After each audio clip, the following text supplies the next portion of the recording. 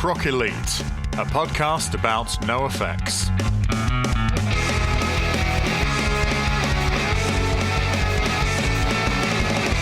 Hello and welcome to Punk Rock Elite, a podcast about NoFX. I'm Eddie French, joined by Red Redmond. Hello, I am here.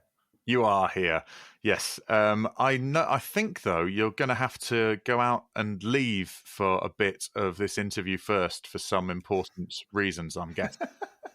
No, let's give the listeners the truth, Eddie. And the truth is, it snowed very hard, and somehow that made me late for a podcast in my spare room. That is true. When you finally saved up for that roof, your life is going to be infinitely better.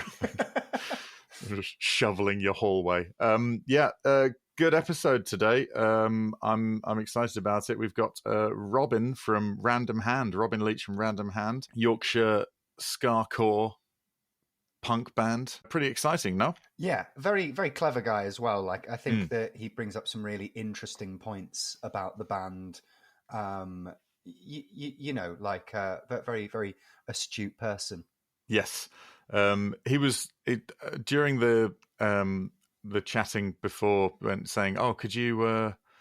Would you mind being on this podcast? Would you like to be honest?" He was like, "Oh, I don't really know if I'll have anything to say." I'm like, "Well, we've got an hour that says otherwise, so we might have clipped it down a little bit, but yeah, definitely had plenty to say. Very, very good. We're very pleased. If all interviews go as nicely as this is going to be a great series." So absolutely, and great to hear get the perspective from a professional musician about professional musicians. Absolutely. Do subscribe if you haven't, but we'll be back at the end. So we're just here to introduce the fact that we are going to be talking to Robin Leitch of Random Hand, who has a very basic audio setup. So if the sound isn't quite as crystal clear as it could be, that's that reason, but it's all eminently listenable. So we'll see you afterwards. Red, you'd better just nip out for a moment. I had better, hadn't I? So I shall I'm go sure to the shops. Yes, and then you'll join us a little bit later into the interview. Good, but this is me leaving now. Oh yeah, I can hear you. Step, step, step, door, close. I'm a Foley artist at heart. I'm joined today by Robin Leitch of Random Hand. Hi, Robin. Hi there, how are you getting on? Good. Thank you. Thank you so much for joining us. That's quite all right. Thank you for having me. Good. No problem. We are doing this interview without my co-host, Red Redmond, although they might crop up later. We don't know yet. Robin, you are singer and how do you like to pronounce it? Do you prefer T-bone or trombone? Which one? It depends how sort of funky and street level I'm feeling, you know. Good. Well, that one. Depends on the quality of musicians that I'm around. Oh, I see. If you're chilling with the jazz cats, then I frequently do. Yeah, of course. Yeah. Trombonist and vocalist of Random Hand, Leeds-based ska punk band. So give us a brief, a potted history of Random Hand to begin with, for those of us who don't know. We'd all love to hear, but we're not checking on you. These aren't your punk rock bona fides. It is called Punk Rock Elite, this podcast, but that is mainly a tongue-in-cheek title, which I realise doesn't come across in print. But Random Hand, tell us about it. So Random Hand is a band that's been going for 20 years now, which is a terrifying thought. I think whenever any of us think about it. It's Skacore, ska punk, although we're also fine with punk, 4-piece. We've been touring the UK and beyond since around 2006, 2007, something like that. We've just recorded our 5th studio album, which is hopefully coming out later this year. There's a cheeky little plug there for you. And it's from the point of view of being able to talk about punk, it's quite a good position to be in, because obviously we've travelled around a lot and had the pleasure of playing with a lot of bands, a lot of whom were big influences on us as well, which is quite cool. Such as? Oh my God! Do you want me to name drop, Eddie?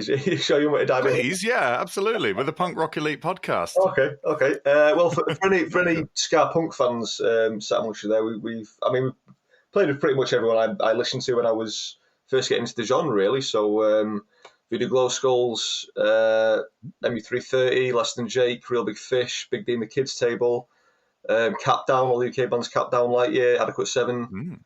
So it's there's King Prawn, big one, King Prawn there, who were a massive influence on us, and others beyond. So yeah, played a lot of gigs. I think we've done. I mean, there's no official count at the moment, but it's probably somewhere in the region of 1,500 shows, something like that. Fantastic. I barely remember half of them, if I'm being honest. But I've been assured that they were good, so that was good. Excellent. Well, people kept coming back. That's fantastic. Yeah. I feel like Random Hand that there was some sort of divergence in ska punk and that kind of thing. This is purely in my own mind. I'm definitely wrong, but in my mind, there were people who sort of went down the Hawaiian shirts and grinning route, and then people who went down the being incredibly angry about it, and you're going to hear about it with upstrokes, and those sort of, then that's, I suppose, the Skacore kind of angle. And I don't think you are that wrong in that assumption. I mean, there's certainly. I mean, for me, to this day, I still, I will still happily listen to bands like Real Big Fish and stuff like that. I have no qualms with it. But there are definitely the kind of, I think there is definitely that split in certain people, and the kind of the quote unquote wacky side of it isn't for some people, and the quote unquote angry side of it isn't for some other people. But I think that sort of divide definitely. I mean, it was weird for us because there was a point where we basically made a conscious decision to only write in minor key. We are a minor key band now. That is it. It was like we can still be humorous on stage, but the songs must be in minor key. That is the rule. It's the right. None of us are wearing a bee costume, right? and we're in minor key, but we might have a laugh while we're there. Maybe if we're all good. Yeah, exactly. If we're feeling it. If the system appears notably weaker than when we started, we can all have a laugh. Until then. Basically the crux of it, Hi there, it's Editing French here. That's a good name, isn't it? Anyway, it was at this point that Red managed to join us, so after a little bit of introductions and the rest of it, we crashed on, so there was no graceful way of editing that other than telling you. Thanks. So yes, that's right. I was about to put words in your mouth, Red, before you arrived. In your youth, you had a lot of friends who were into the sort of major key ska. Absolutely, yeah.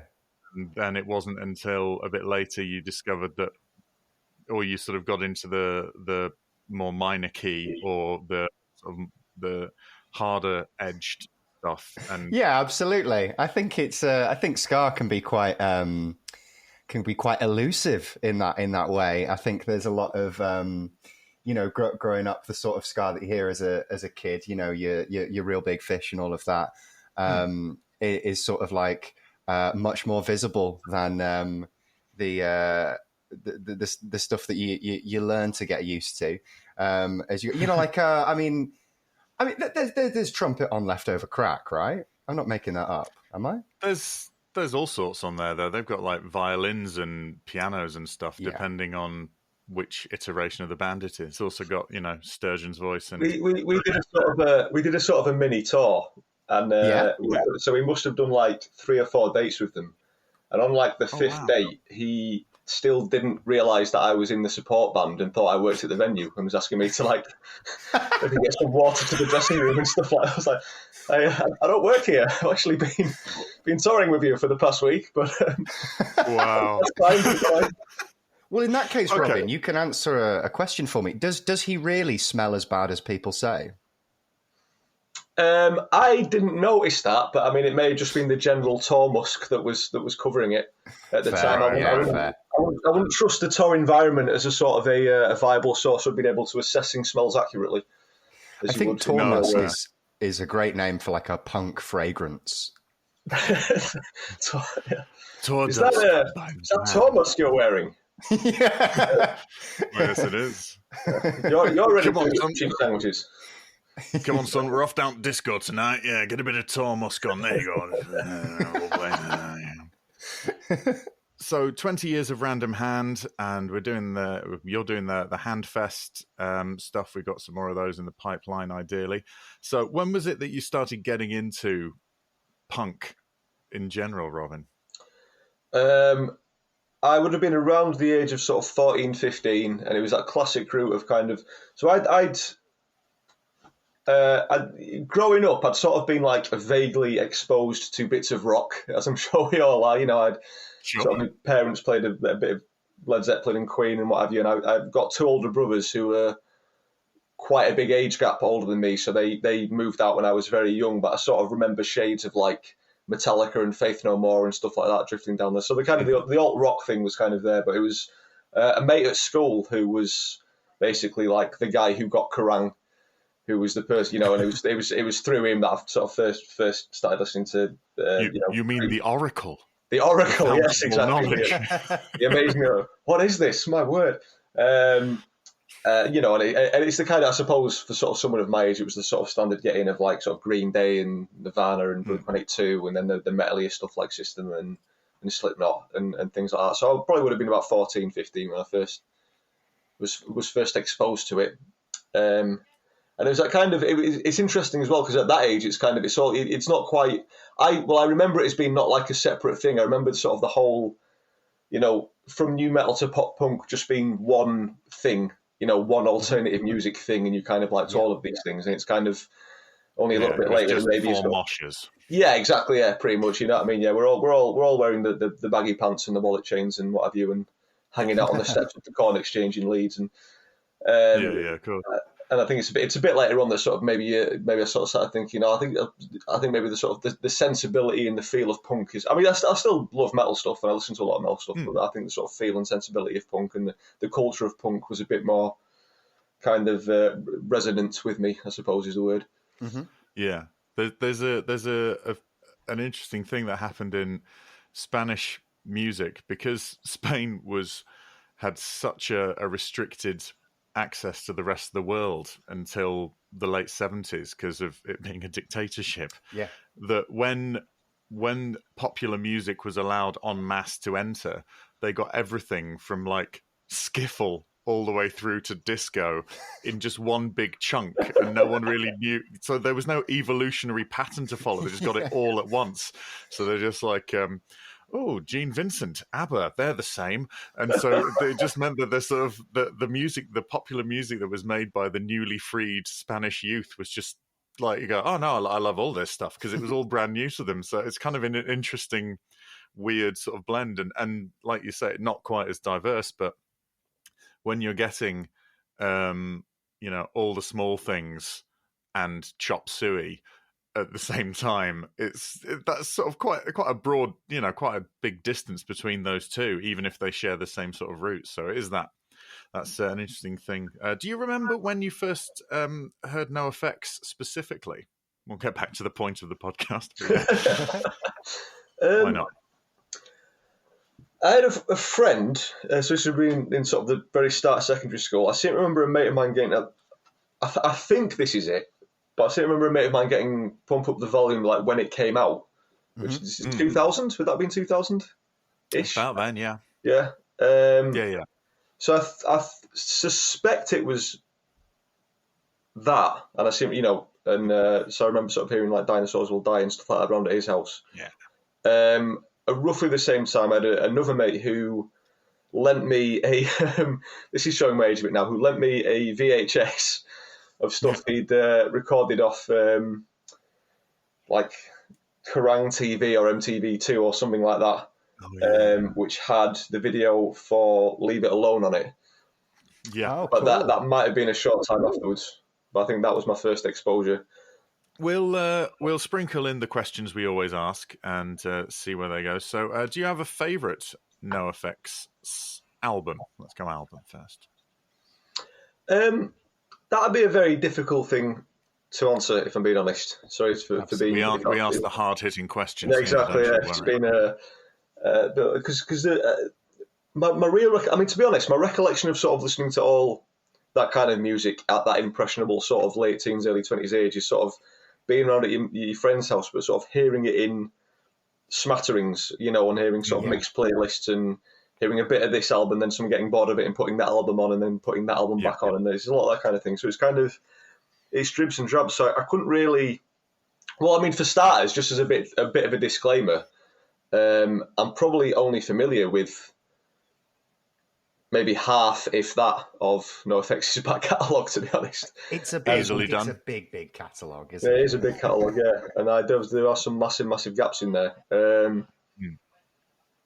So in terms of a favourite, I'm not sure. I mean, it's always I always feel like it's maybe a bit of a cop out to go with Punk and Drublic, just because it's this, you know, a sort of seminal if it's your kind favorite, of thing. But I mean, it's your favorite. We don't play best here. We play favorites. So we literally play favorites here. So if that's your favorite, that's the correct answer. And there's plenty to recommend that album. There really is. It's not. Yeah.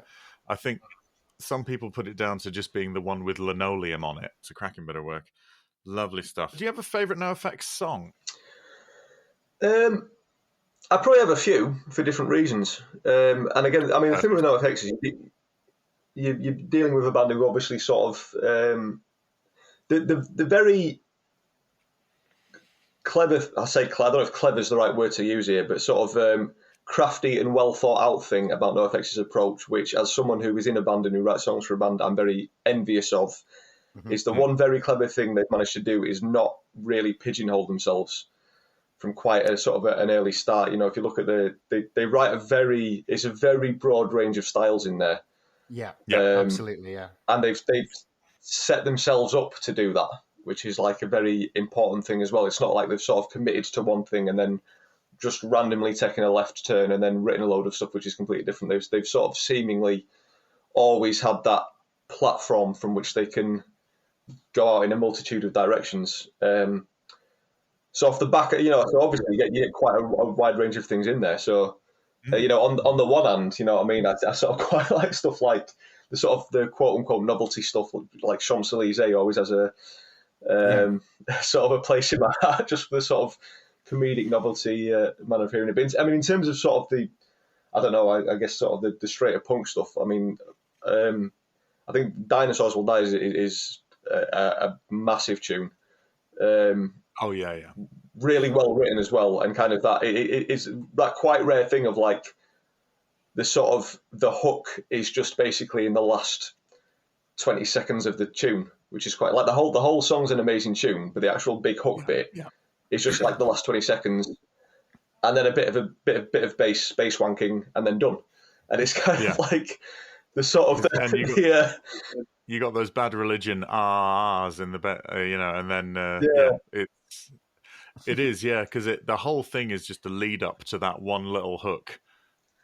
Exactly, and in a weird way, this is a weird comparison. It's almost like the punk equivalent of the 1812 Overture, which is just like, you know, it's like you basically wait 12 minutes to get to the big bit that everyone knows, and it's kind of the same principle, but like condensed into 2.5 minutes or whatever it is. So you get the victory fanfare after eating your vegetables. Yeah, no, you're right. You know, I wasn't going to pass comments until you'd finished, and I agree with you entirely. I think you're absolutely right. But yeah, that's. But I think certainly around Pump Up the Vallum and the album before that, So Long and Thanks for All the Shoes, it's at that point I think you hear a real gear change in Mike's songwriting. I think it becomes a lot more, I don't know, mature. I mean, using the word mature to describe NoFX's content does sound laughable, but maybe I think more mature than his previous work. Oh yeah, more mature than new boobs. Yeah, yeah. Pump Up the Vallum with My Vagina on it. Yeah, that's definitely a more mature sound for NoFX. But I think there's definitely. I think there is a sort of a sophistication in the approach to the musicality, which is noticeable. Sophistication is a better word than mature. Yeah. Yes, that's a lot better. Thank you, Robin. Yeah. So I think that's where that sort of really becomes very appealing. I think, and certainly, whilst I really like those sort of those previous albums, sort of anything sort of Hefe and onwards, sort of around 91, sort of onwards, when you start with The Longest Line and then White Trash and all that kind of stuff. The sound does change because they're capable of playing better, because the three who aren't Hefe all got way better at their instruments, and Hefe was already good. So the potential of what they can actually do, it's like to bring it back to stand up. All three of us, you've done stand up, Robin, as well, and so all three of us know that you watch a new act, trying to tackle a subject that is far too weighty for their comic chops. It's like, there's no reason you can't talk about that, but you're not a good enough act yet. Just talk about being bad at relationships and being hungover until you get good, and then you can start talking about terminally ill family members or whatever. You can do that. Those things can be made into good comedy, but you need to you need to do a bit more time before you're good at that. And I think what NoFX have done is done everything cleverly enough so that they've been able to give themselves that time to improve. Anyway, sorry, I'm going to edit all of that out. But I think as well, as part of that, I mean, I know you can say this about a few bands, but I think it's interesting looking at NoFX as well because of the longevity of it and because of the amount of stuff they've done. It's kind of, they were...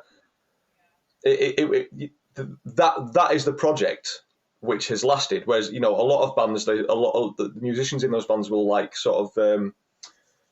kind of cut their teeth in other projects before they form the band that everyone knows.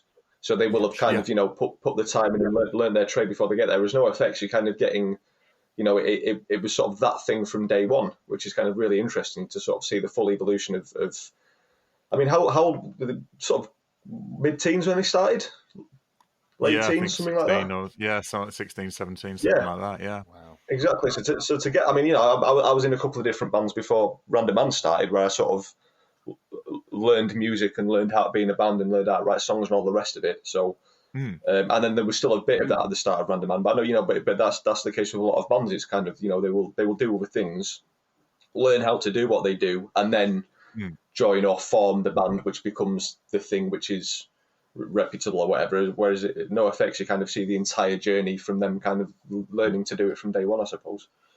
Well, that's it. Yeah, I mean, Guns N' Roses were literally two bands called Guns and Roses, and just pushed the LA Guns and Hollywood Roses, just pushed themselves together. And I guess we are this band now.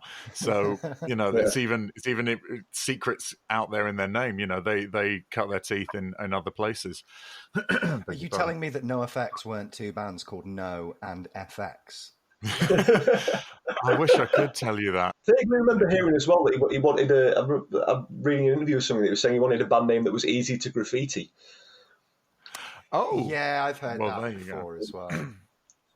No, that does make sense, because you don't want to be a punk in 80s LA and have to be there for ages writing suicidal tendencies on the wall, because the cops will just get you. NoFX, you go, that's easy, Right, we'll have another question from our list of important questions. Robin of Random Hand, do you have a favourite NoFX lyric? So, in the sort of aforementioned period of listening to, sort of sitting in your mate's house listening to various tunes, one of the favourites that would always come up, not least because it would cause us to sort of bop around in quite a silly and clumsy manner, was All Out of Angst, which is a great choice. Great. Wonderful little ska ditty. But the thing that always stood out to me is the little snippet in that where he says, society don't bother me and there's something wrong with that, which is kind of what's cool about that is it's almost, I mean, I know the whole what is punk, how do you define punk, etc., is like a sort of a modern sort of existential debate which can last for years, and there's sort of a million and one tangents to go off. But I mean, that's a really nice sort of little succinct kind of, because one of the big arguments about punk is the whole point of it is that it's reactionary. It's a reactionary culture. It's reactionary music. It's reactionary lyrics, and I think that it just sort of sums it up really nicely in quite a sort of almost a kind of a flippant throwaway kind of, kind of way of phrasing sounds it. Bored when he sings it. Yeah, exactly. Like, The delivery is even kind of disinterested, which is great. Yeah. But that's it. Yeah, it's sort of because he lists all sorts of stuff in there about it's like it's that numbness that you can feel about you look at the news or you look at what's going on anywhere at any time, and there'll be something there to really bum you out. I mean, that's sort of something he's very. I think it's something that Fat Mike is very attuned to anyway, isn't it? He's kind of, he understands how to kind of use the juxtaposition of something to kind of really, it's like you're talking about the immaturity thing. It's interesting because they are an immensely immature band, but at the same time, by far one of the most sort of intellectually profound punk bands in a way. And kind of like simultaneously, you know what I mean? They sort of find a way to make both things happen at the same time, and know how to sort of reap the effects of that. Yeah, that's really, really, really, really astute. How do you because Robin, you play like trombone, correct? Yes. So how does like NoFX's ska stuff hold up to ska in general? Because I'm always quite impressed by when they do lend themselves to a ska tune. I think it holds up same as any other track that they do, which I think is quite impressive when that isn't what they do primarily. So like, do you enjoy NoFX's ska tunes? Yeah, absolutely. I think they do a really good job of that. I think they do a sort of a good job of holding the kind of the feel of it. And I think what is the kind of cool thing about the fact that they throw that in there every now and then is that, this is a whole separate debate, and it's kind of linked to what we were talking to earlier. But there's a within the punk scene, there is a kind of a pocket of resistance to ska being put in there. It's kind of it's sort of looked down upon by a lot of people. You know what I mean? It's kind of if it's not, if something's not full distorted guitars going double time all the time for the entirety of your set, then it's not, then it's invalid, or it's not, or you can't.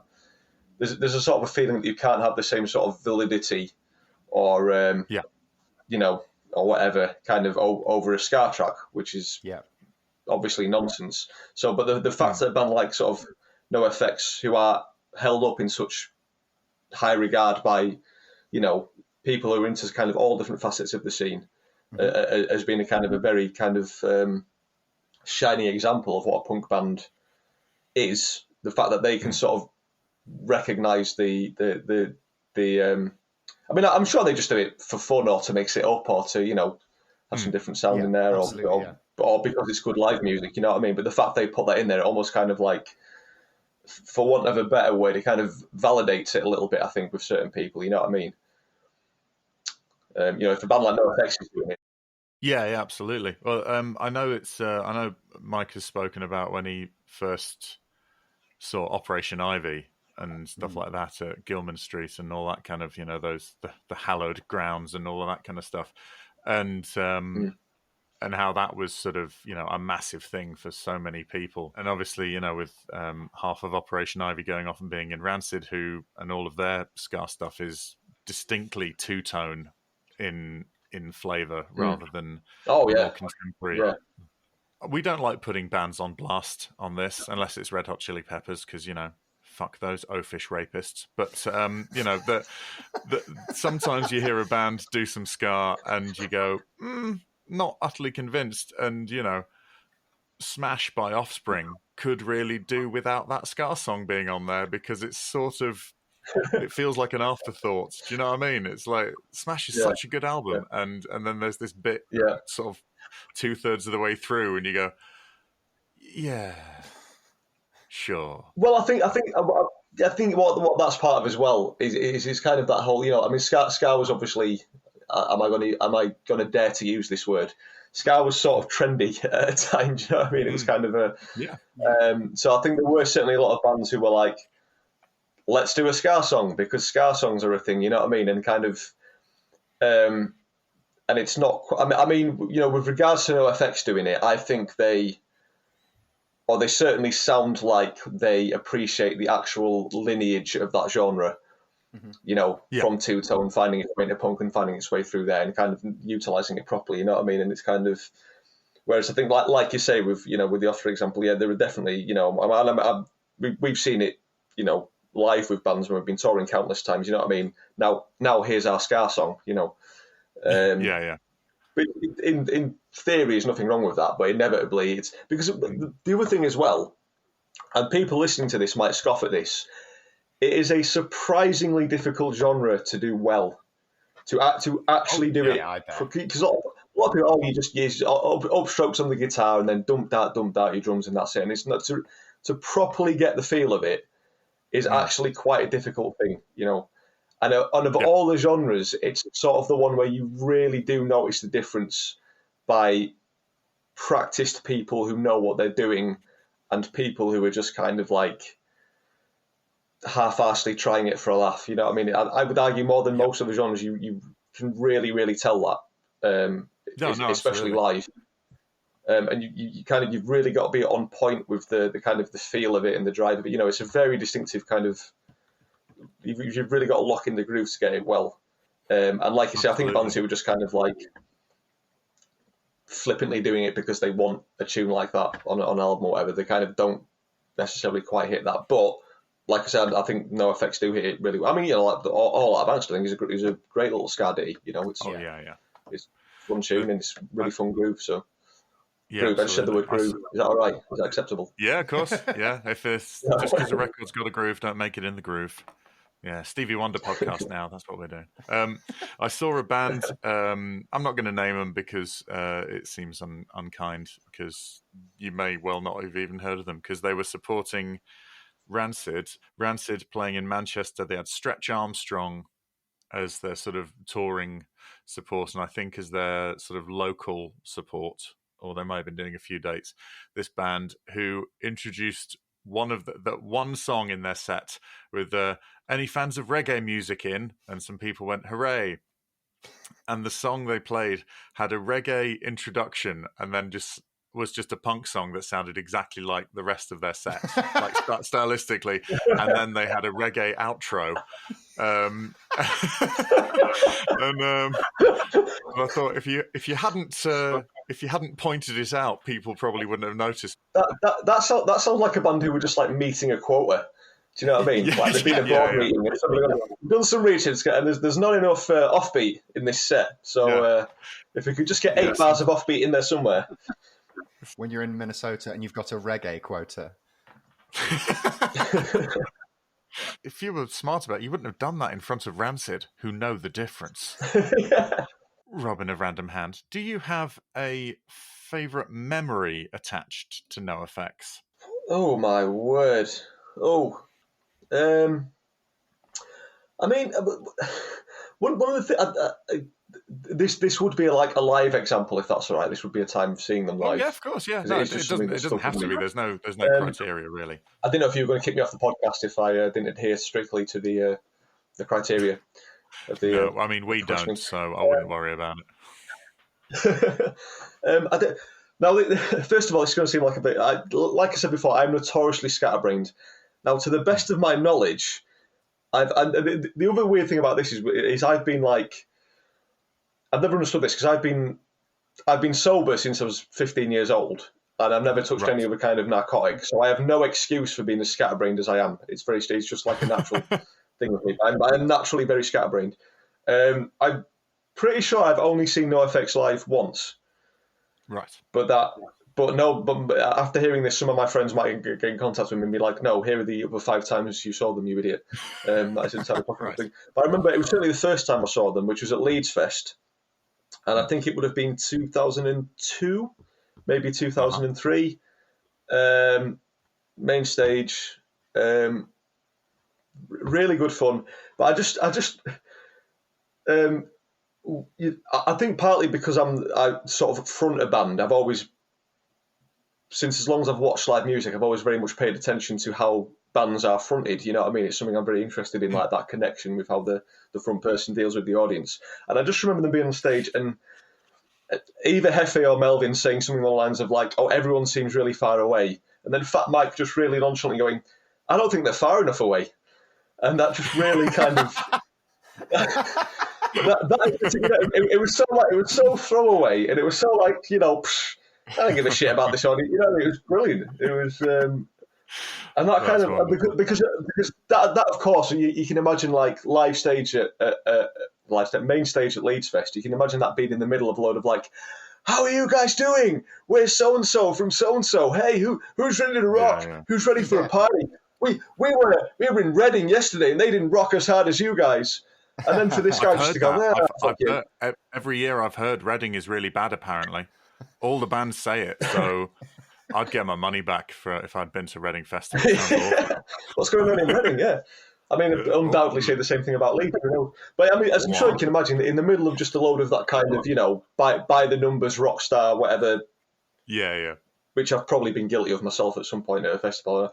But like in the middle of that, just for someone to be so like, I could be here, I could be sat on my ass in a paddling pool. I don't care. Like it was really, you know.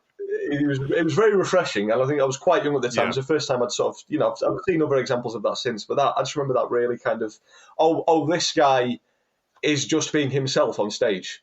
You know what I mean? He's not trying to pander. He's not trying to impress. He's trying to obviously be entertaining in some way, but he's just sort of been perhaps a slightly dickier version of himself, and it's great. And that really stuck with me. I really enjoyed that. As any performer of any kind knows, you sort of, anyone who says I'm just me on stage, it's not you. I see it as like it's like an EQ. You turn up that frequency and you turn that one down a bit, and you know, so it is you. It's just a sort of a slightly polished version of you. And if you're doing something that isn't quite there, isn't quite you, people will tell. Absolutely, yeah. Audiences are very. Very tuned into that kind of thing. They can sort of see through you in a second, you know. And it's and like you say, you can kind of tell it with you know, you can tell the bands that are sort of putting up a front, I suppose, or you know.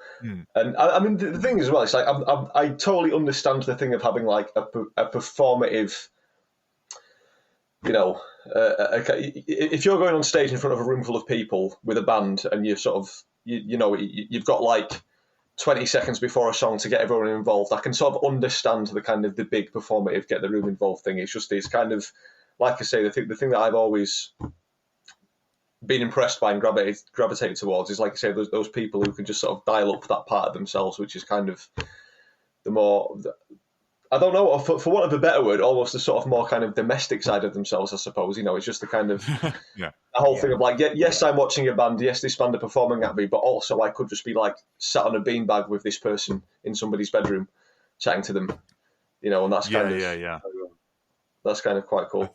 But I think it's with NoFX as well. It's kind of like we've been saying about them sort of starting so young. It's kind of what you're obviously getting is that mentality which was in all of those small clubs for so many years, you know, undoubtedly doing gigs to 10 people or whatever. And when it's been transposed onto these big stages and these big festivals, it's not being influenced by that kind of big rock thing. It is just still that the mentality of that band who played those intimate shows. And I think undoubtedly that's part of the thing that people really appreciate. What do you think is the best way to introduce someone to? We're not starting a cult here. How would you introduce someone to NoFX in a way that would be most appealing?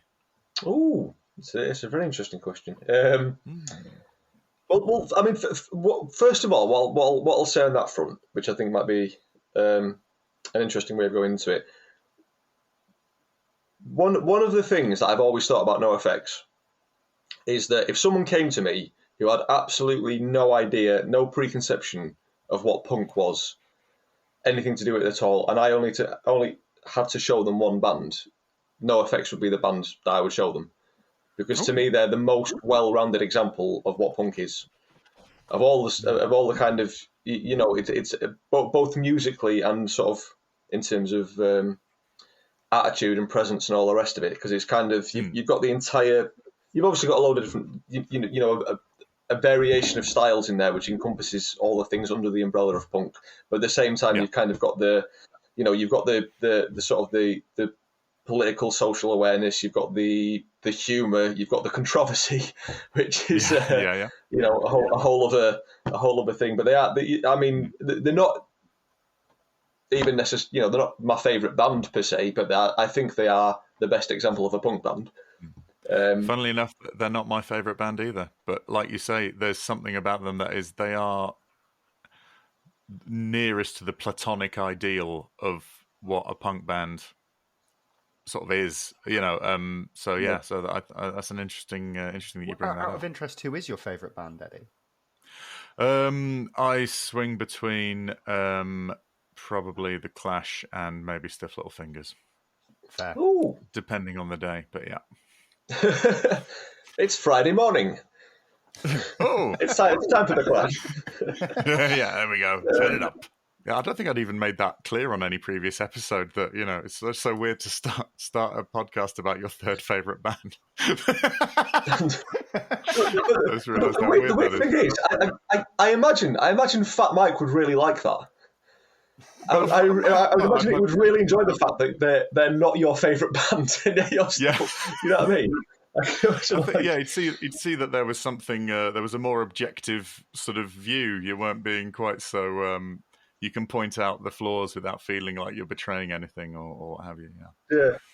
Well, I'd probably add that to the list of things that make them a good punk band, is the fact they completely acknowledge their kind of naffness. You know what I mean? Which is a sort of a huge part. There's a weird thing in punk where you kind of, it is a debate. Some people won't agree with this, but there's almost sort of like a point of pride of being a bit shit. It's kind of, and it's not uncommon for sort of bands to deliberately take off. You see it in recordings all the time. Like they sort of deliberately take off some of the polish because you want it to kind of, to a certain extent, in some ways, for want of a better word, being a bit crap, because it gives it that kind of punk character in a way. Obviously there's a line to that. You know what I mean? There are some people who will say like, "Oh, it's not punk; it's just bad," and that's not a good thing. Necessarily. Yes, punk is in the attitude, not the resultant quality of said product. Did I just say product and punk in the same sentence? Ugh. But yeah, how could you? But yeah, I think you're right. It is that idea of how much effort you put in to what end. You could practice over and over again and get a pristine take.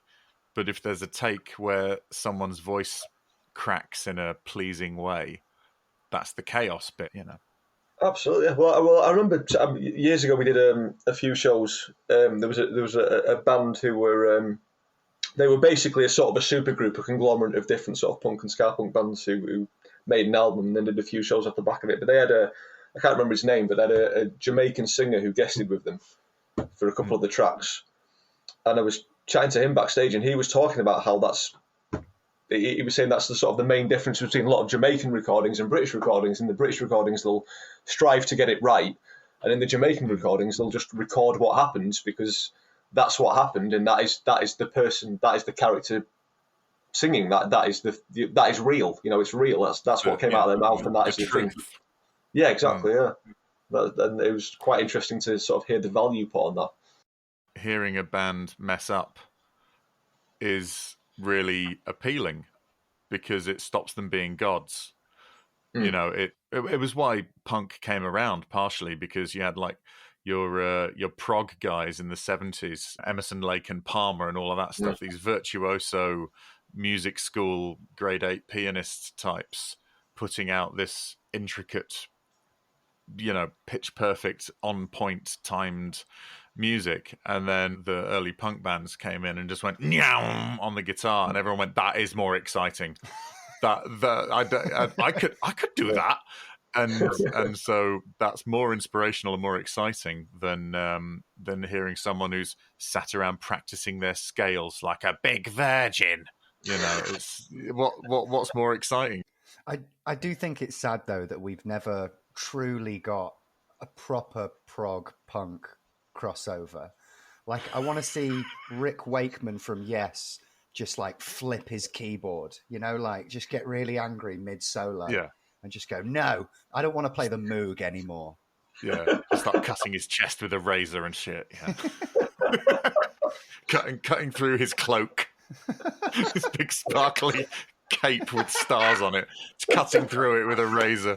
It's the one, like, because I feel like every genre's crossovered with punk a little bit, but prog is the one outlier. It needs to happen. I need to see NoFX and King Crimson play together. The most progressive of all of the genres has not progressed enough to catch up with punk yet. Oh, I bet that burns them. Could you imagine Rancid in like 7/4 time signature?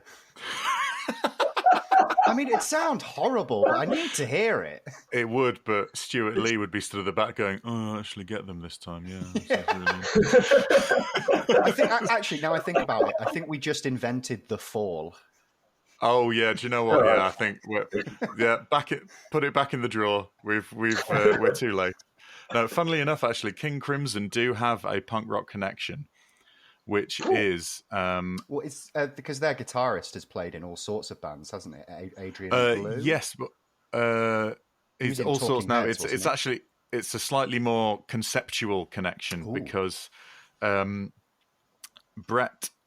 Gurwitz and Greg Graffin of Bad Religion were sat around listening to King Crimson one day, and there's a lyric in one of their songs that says something like something shall be my epitaph, and it was that word that made Brett name his record company Epitaph. So there you go. There's this OCD of mine means that whenever I hear something, I repeat it 90 times in my own head and commit it to long-term memory. So that's why I'm able to do all of this kind of shit. It's just, I wish, I'd love to be happy instead, but as it is, I'll suffice with trivia. What's the fun in that, Eddie? Come on. That's true. I've never seen a happy person have fun. Exactly. I've seen a happy person be content. Sure. But have you seen a happy person make content? It's all about making the capital C content these days. So to answer the question, I suppose, Robin, I'm paraphrasing here, to get someone into NoFX, you'd say, if you want to know about punk, there is one band that will give you pretty much 99% of what you need to know about it. I do actually. Now I think I do have a more direct answer as well, if that would help you. Oh yeah, which is what I would probably do. Funnily enough, but the first thing I would probably show them is that I don't even know if it's got a title, but you know that thing they do where they do that like joke song where they just tell a joke, they tell like a bad taste joke and then have the little trumpet. That is probably the first thing that I would show someone and be like, "Are you okay with this?" And if you're not okay with this, don't listen to this band. But this is basically the litmus test. Yeah, that song is called "Arming the Proletariat with Potato Guns." Right, thank you. We've already sort of covered quite a lot of this, but what do you think NoFX's legacy will be? Well, it's, I don't know if they would find this answer in some way offensive. We need the listens, so I hope so. Well, it's not that controversial, but the thing with them as being an active band for as long as they've been, and it's kind of back to what you were saying about the fact that they started very, very shortly after that kind of... Sorry, my cat has decided to get involved here. Come here. So far after that, the kind of that first incarnation of punk is they are in effect kind of living history in a way. You know what I mean? They're almost a kind of, and that's kind of a bit of a pretentious way of saying it. You know what I mean? But if you were to kind of study, Jesus, I can't believe I'm saying this. Sorry, this is awful. If you kind of study punk academically, and look at the history of it that way. They're a kind of a living connection to that first. They're a sort of a through line, and the fact that they have, sort of gestated in the early 80s and then carried through and kind of found, sort of were part of that kind of mainstream bubble of it in the sort of early to mid 90s, and then kind of found their own little sort of trench with it, which they maintains the entire time. I think that's kind of, their legacy will sort of be like they were there at the start and they saw it through, and they they never deviated from those initial ideals of punk. You know what I mean? They sort of they sort of seemingly stuck to their guns politically and with the humour and all the rest of it. By far from being an expert, you know what I mean? And obviously I don't know them on any personal level, but they were one of those bands who never seemed to kind of really compromise on anything and kind of alter who they fundamentally were for the sake of something else. The really interesting thing about NoFX is kind of how successful they are, because they've kind of done that without any of the kind of the kind of channels that any of the successful bands would utilize. You know what I mean? I know they've done, they've done sort of television appearances and won awards and that kind of thing. But the fact that like a band of that ilk, it's almost like they've kind of been like written into the wrong place. You know what I mean? It's kind of it's almost like a band who should always have just been sort of playing clubs to kind of a cluster of lucky people who were aware of them and who would tout them to people as like, these are a cool band, but they somehow became successful and known by millions of people. They should be in all of the books about various punk rock scenes.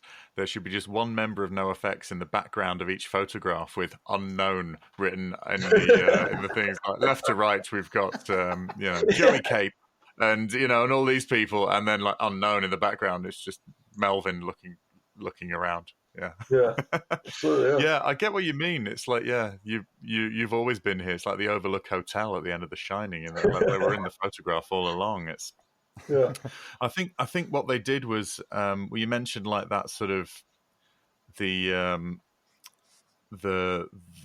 Green Day explosion thing in like 95, 96, the year punk broke, and they did benefit from that. But I think, unlike other bands, they went, no, let's just ride it out, make hay while the sun shines, and know that our time in this spotlight will be brief. That's a great answer. They are a brilliant lens through which to look at everything else, because you can look above them in their friends and contemporaries like Green Day and Offspring, who went on to play on Top of the Pops, and those kind of things, and also look at sort of bands below their level of success, who may well have deserved more, but just for whatever reason didn't get it. That's fantastic. I suppose a kind of I may regret saying this, I don't know. I suppose if you're going to be sort of punk precious about it, then I suppose the way of looking at it is they're kind of the most credible of the successful bands, in a way, in terms of the sort of the wearing the punk jacket, which I kind of feel filthy saying, because I know it's kind of it's kind of like because from my point of view, like I've always enjoyed bands like Green Day and stuff like that. You know what I mean? Yeah. I sort of still remember getting very excited about seeing Sum 41 on Top of the Pops and stuff like that. But I suppose So from my point of view, it's kind of, and the argument always is, isn't it? It's kind of that exposure is a good thing, because if you're exposing that kind of thing to more people, then that's presumably will have a positive effect, because someone who did not know that was their thing, but then gets to see it because of that, gets to see it. But I suppose obviously, like we're saying, NoFX have always had that kind of, they were always sort of firmly kind of entrenched in that kind of like credible punk ground, as it were. I feel very snobby saying that. I apologise to anyone listening as well. No, it is a conversation that comes up about, oh, well, I only listen to the first album by any band because after that they're clearly just chasing the dollar and all that stuff, and that is usually nonsense said by a prick. So it's not, it's fine to disregard. But you're right. It's when I well, we're not dissimilar in age. When I was younger, I sort of heard, I was exactly the right age for sort of Oasis and that wave to be the predominant rock music that was accessible on TV and normal radio. And so you go, well, that's got guitars in it. Sometimes it's slightly faster than mid-tempo, very rarely, but occasionally. And then you sort of hear stuff that's a bit harder, a bit more this, a bit more that, and you go, oh, wait a minute, that's got the stuff I like about this, but this other stuff. And you eventually sort of follow the breadcrumbs and go, oh shit, I like punk music. I had no idea what it was, and then you find out, and that's the exciting thing, and so you do still have an affection for the bands that sort of led you there, because that was providing you what you needed until you got that real stuff. So Green Day were an absolute treat in comparison to a lot of what was going on at the time. Absolutely, yeah. So, Robin, we've come to what could be the most controversial portion of any given episode of Punk Rock Elite. Yeah, so I've got my lawyers feel free ready to take a few deep breaths and a run-up. But who is your favourite member of NoFX? Oh, my word. I woun't even... Right. Oh, gosh. I know, people get really uncomfortable. I don't imagine they'll ever hear this, but... in some respects, what I really like about Melvin is that he is the ultimate example. He is like... And I say this with all the affection in the world. He's the ultimate example of the friend who tagged along. Yeah, that's again. He's very one of astute. us. You've cracked it. You've absolutely cracked it, Robin. He's like your older brother's stoner friend. Yeah, and it's kind of like he's like, yeah, sure, I'll hang out. I'm not doing anything else. I don't need to be at my job at the pizzeria until like 8. So yeah, I'll hang out. Oh, I'm in a punk band now. Okay. Like, oh, I'm on stage in Japan now. Okay, cool. That's cool. Yeah. Oh yeah, sure. Yeah, that's all right. Yeah.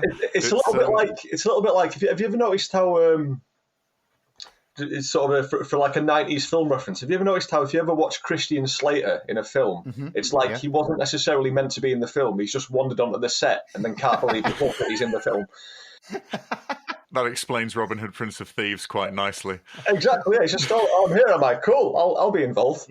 Sort of. And with Melvin, I don't mean to diminish any of his musicality there or his input, but it's kind of it's always just there's always like a slight air of kind of like yeah, I'll hang out, Mike. And now I'm throwing it back. And that's what happened.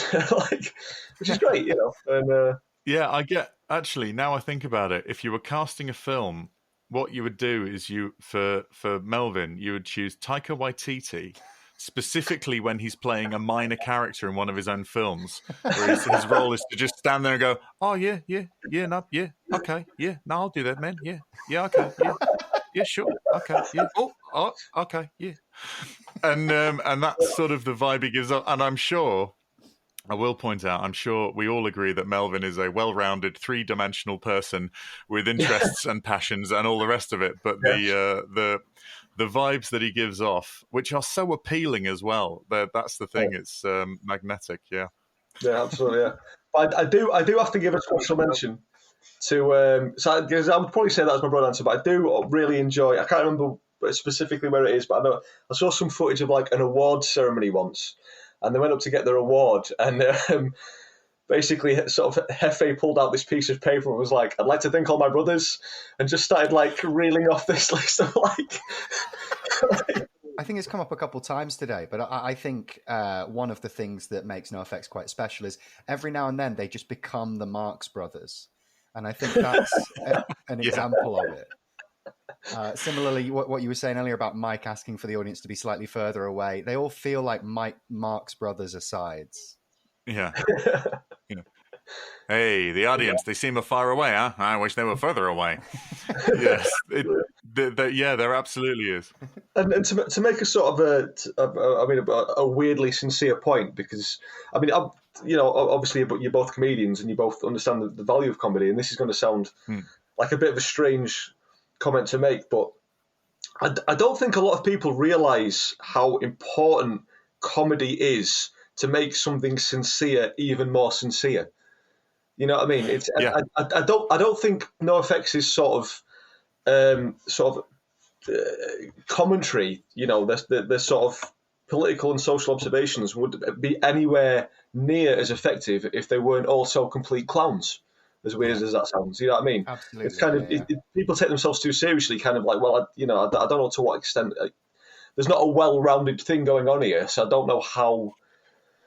It well becomes sort of polemic and lectury, doesn't it? It's sort of, it becomes a bit more like Speaker's Corner, and just a sort of somewhat, and you, I think it displays a level of self-awareness that people appreciate. If you're saying this thing that I'm talking about is bad and wrong, or is very, very negative, if you're purely demonizing something without accepting that you are a flawed individual and that you are not perfect, people find it a much harder pill to swallow. Yeah. I think that's a brilliant point. Yeah, I think it's right. really good. I mean, without being too wanky about it, it's almost kind of Shakespearean in the way that, only the fools can really tell the truth, or really speak the truth. Well, it's clown, isn't it? It's pure clown in the discipline sense of it. The chalk circles in front of the church. Well, I think we're coming close to the end. Robin, do you have anything you would like to plug? Tell us where we can access all of that random hand goodness. Oh my word, you are seriously. I'm notoriously the worst member of the band for dealing with any sort of PR or knowing what's going on, anything of that. Does that have a website, lad? We're on the Facebook, I believe, and I think we're on the other socials. I assume there's Twitter. Oh no, actually, I believe there is a website, but there is a website, but I didn't realise that it existed. I sort of found it accidentally one day and was like, "Oh, we have a website." I only found it. There's like a Facebook group that's this sort of like sort of random hand like fans group that all the rest of the band have been on for like years, and I only got added to it like the other week. I didn't realise that was very evil. I'm quite literally banned from going behind the merch desk because apparently I mess up the system, whatever that means. Right. But so random hand. Look on the socials. We are doing a lot of. I say a lot by our standards nowadays. Dates this year. I think we are in. We're in Milton Keynes on the 17th. When's this going out? Sorry. This won't be going out until probably late March, early April. Late March, early. Let me just lift my calendar here to see where we're going. Mm-hmm. We're in Belgium. That's not going to be of any use to anyone, unless anyone's listening in Belgium. It might be. Come and see us early April. What would I need to plug? Cambridge on the 6th of May. Strummer Company in Manchester on the 28th of May. We're doing a tour at the back end of the year in sort of, I think the sort of late September, early October time. And that will be pushing our new album, which will hopefully be out by then. Which is good. I've listened to it and I like it. So, do you remember recording it? Or? I vaguely remember being in a booth and someone be like singing to that, and I did. And then a short time later, there was like an album. I was like, "How did that happen?" Hopefully, the rest of the band won't listen to this and have their head in their hands at my terrible plugging skills. That's all right. Well, I'll find the socials. I'll stick them in the podcast description. So I'll see if you have a Bandcamp or something like that, and I'll put that in there as well. Thank you. Robin Leitch of Random Hand, thank you ever so much for being on Punk Rock Elite. You are indeed a punk rock elite. So thank you so much for being here. Thank you very much for having me. It's been a pleasure. Fantastic. Robin Leitch of Random Hand. What a treat that was. Absolutely. What a clever and lovely guy. Oh, wonderful, wonderful. If you get the chance, they're doing some Handfest stuff celebrating 20 years of Random Hand. So look out for that. I've put all the links in the description, as I promised the perennially scatterbrained Robin. So rest of Random Hand, stand down. It's okay. I've got it. Your promo is being done. We cool. Thank you so much for lending us your singer for a moment. What have we got coming up? We're looking like this is going to be early April. So what do we have in the...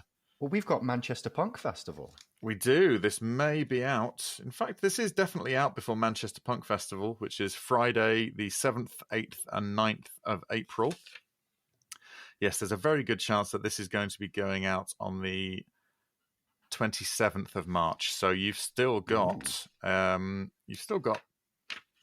over a week to get your tickets. There's all sorts of good stuff going to be there. Including us on the comedy stage. Yes, absolutely. I've been lucky to book for the past 5 years, and we can't wait to get back there. Absolutely. It was wonderful last time. It's been lovely to interview someone from a band today, and hopefully something that we're going to be doing a lot more of moving forward. Yes, absolutely. Robin is, we know Robin because he's Leeds based, as am I. He did stand up for a little bit. So there's a good chance that a handful of the first interviews you hear will be as a result of us asking Robin for people in bands who are big fans of NoFX. And he's done a lot of work. So we'd like to thank you very much for that, Robin. And if you have anything you'd like to send us, any thoughts, queries, comments, quandaries, etc., punkrockelitepodcast@gmail.com. Thank you so much, Red. Always a pleasure spending time with you, my friend. Same to you, my friend. Thank you so much for having me. Absolutely, absolutely. Well, you all take care. We'll see you soon. Bye-bye. Goodbye. Thank you for listening to Punk Rock Elite. It was a Pick Scraped and Frootcake co-production by Eddie French and Red Redmond. If you're not following us on Instagram or subscribed to the podcast, please do. The main theme and production was done by Eddie French. Please contact us at punkrockelitepodcast@gmail.com. Thank you.